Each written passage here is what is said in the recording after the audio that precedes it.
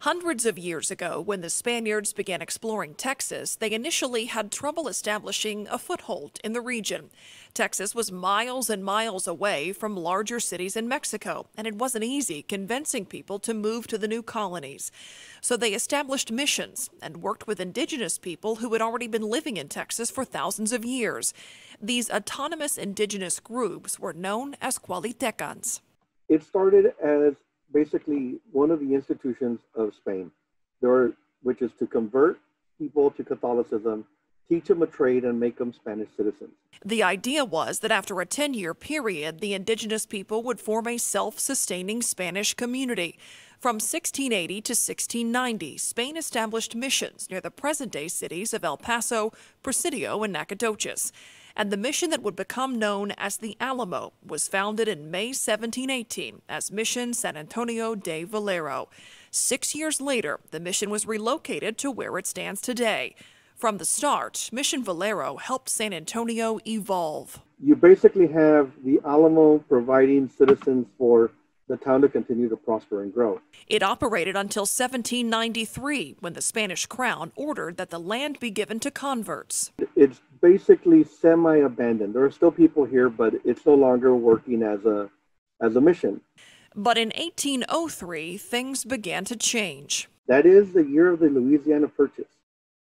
So before that, Spain was controlling Louisiana. And so when they lose Louisiana, or have to give it back to France, and Napoleon sells it, that leaves your borders open to the threat of this emerging country known as the United States. In response to those emerging threats, Spain sends soldiers west to defend their territory, including to the San Antonio area.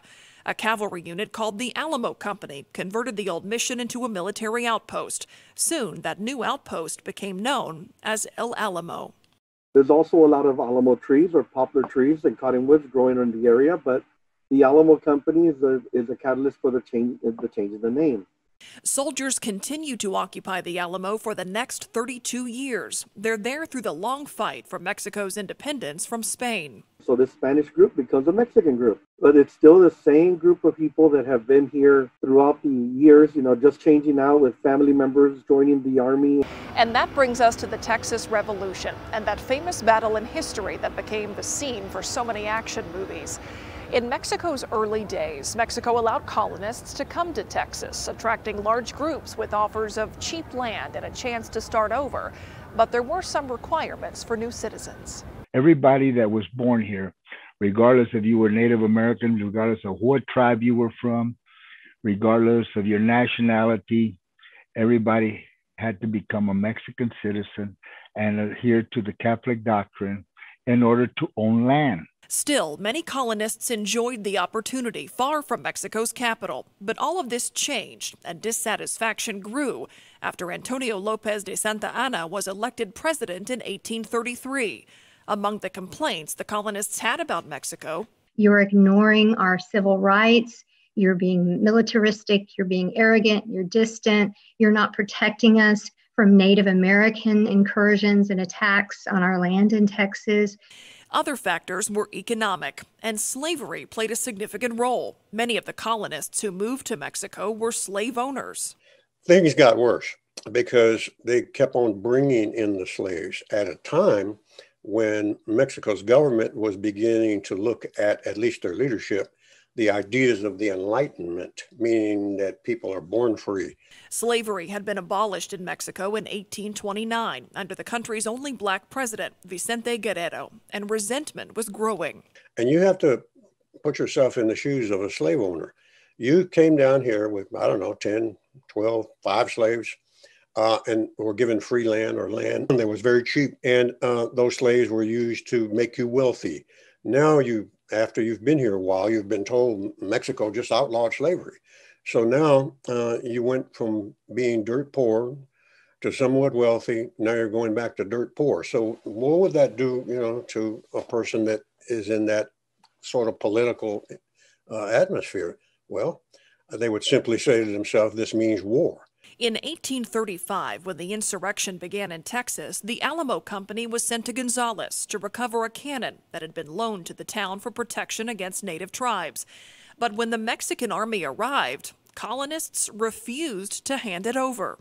That will spark the Texas Revolution on October 2nd, 1835, and it all starts with a group of men from the Alamo. A battle broke out, and the Mexicans retreated back to the Alamo when they realized they were outnumbered. Emboldened, a group of Texan volunteers arrived in Mexican-occupied San Antonio and eventually forced the Mexican army out of town.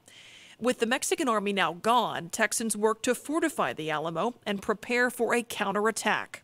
General Santa Anna's army of 1,500 soldiers arrived in San Antonio February 23, 1836, to reclaim the town.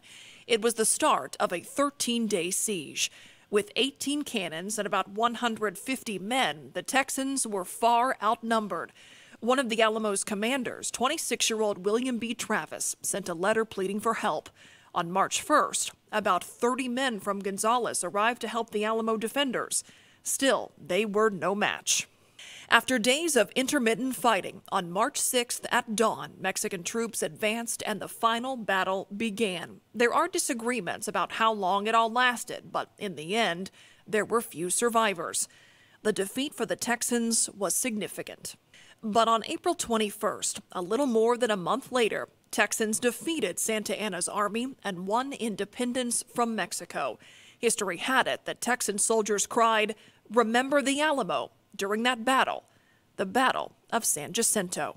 It takes a while for us later to determine the meanings of each conflict, but I think immediately people knew something big had happened at the Alamo, and it was going to turn the tide of history.